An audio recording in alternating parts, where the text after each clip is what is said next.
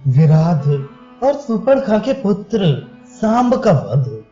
श्री शिव जी बोले, हे गिरिजी, इसके बाद राम बड़े भारी सज्जीकृत धनुष को हाथ में लेकर सीता तथा लक्ष्मण के साथ दंडकारण्य में गए।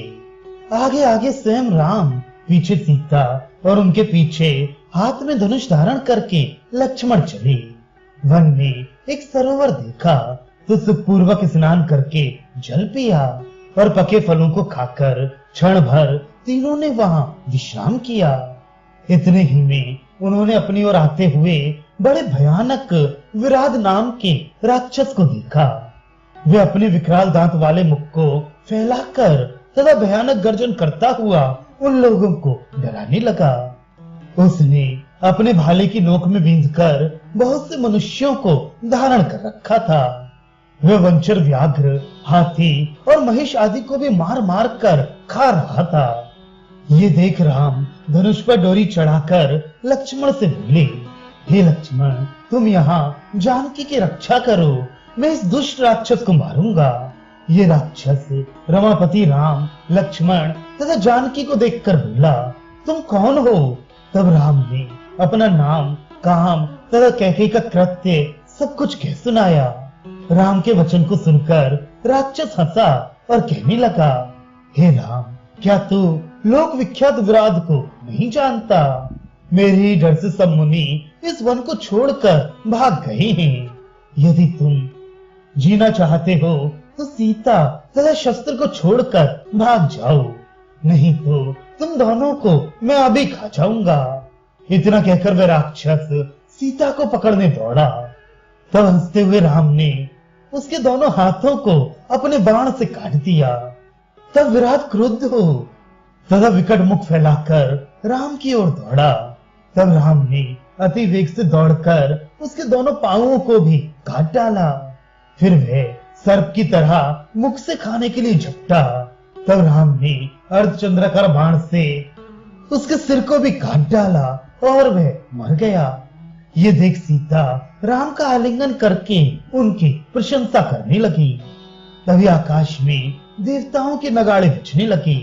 पश्चात विराट के शरीर से एक दिव्य पुरुष प्रकट हुआ। वह राम को प्रणाम करके बड़े आदर से अपनी कहानी सुनाते हुए कहने लगा, पूर्व समय में मैं एक सुंदर विद्याधर था, परंतु दुर्वासा ऋषि ने मुझको श्राप देकर इस दशा को प्राप्त करा दिया। आज बहुत काल के बाद आपने मुझको उस श्राप से मुक्त किया है। ये कह और राम की स्तुति करके वे विमान में बैठकर स्वर्ग चला गया। विराट के चले जाने पर राम, लक्ष्मण तथा सीता के साथ सर्व सुखदायक श्रवण मुनि के वन में पधारे।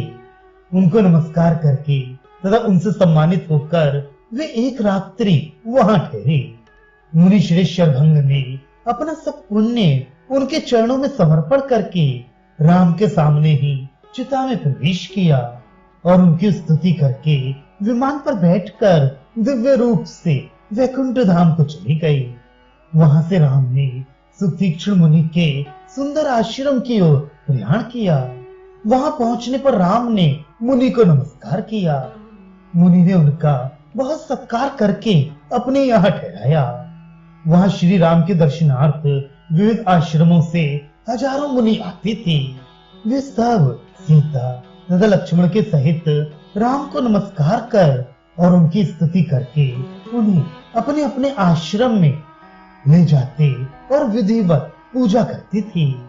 वे 1-2 दिन, 5-7 मास अथवा पूरे वर्ष भर अपने आश्रम में रखकर रघुत्तम राम का प्रतिदिन अधिकाधिक प्रेम से आतिथ्य करते और अंत में पत्नी तथा भाई के सहित राम का पूजन करके विदा करती थी। इस तरह मुनियों के आश्रम में घूम फिरकर राम ने सुख से 9 वर्ष बिता दिए। वहां भाई लक्ष्मण के साथ भ्रमण करते हुए राम ने बहुत से राक्षसों को मार डाला।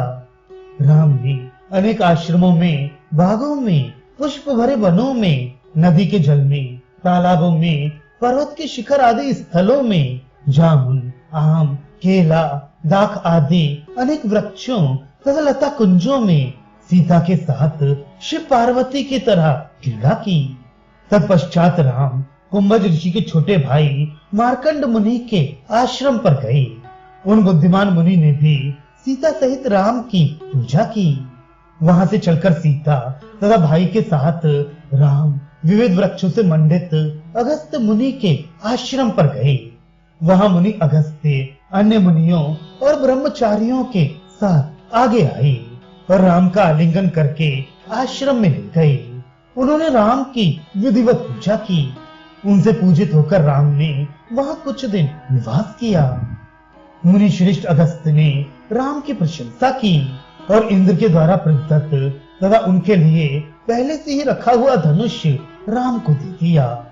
अक्षय बाणों वाले 2 तरकस तथा रत्न जटित तलवार दी। पश्चात राम ने मुनि के कथनानुसार गौतमी नदी के उत्तरी किनारे पर स्थित रमणीक पंचवटी की ओर प्रस्थान किया। रास्ते में उनको पर्वताकार अरुण पुत्र एवं उनके पिता का श्रेष्ठ मित्र जटायु नाम का पक्षी मिला।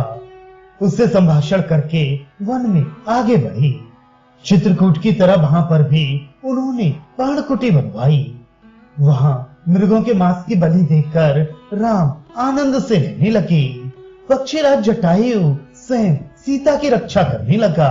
हे पार्वती, पंचवटी में राम को सीता के साथ क्रीड़ा करते हुए 3.5 वर्ष व्यतीत हो गए।